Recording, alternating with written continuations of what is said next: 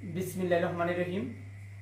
আজকে আপনাদের সামনে শিশুদের টিকার বিষয়ে একটি গুরুত্বপূর্ণ বিষয় আলোচনা করতে যাচ্ছি। বিষয়টি হচ্ছে, আপনারা অনেকের বাচ্চাদের বিসিজি টিকা প্রথমবার আসে না, সেই ক্ষেত্রে চাইলে দ্বিতীয়বার সেই টিকাটা দিতে পারেন। সেই টিকাটা দ্বিতীয়বার দেওয়ার নিয়ম হচ্ছে, আপনারা যাদের বাচ্চাদের টিকা প্রথমবার টিকা স্থানে দাগ না হয়, সেই ক্ষেত্রে তৃতীয় ডোজের সময় বিসিজি টিকাটা পুনরায় নিতে পারবেন।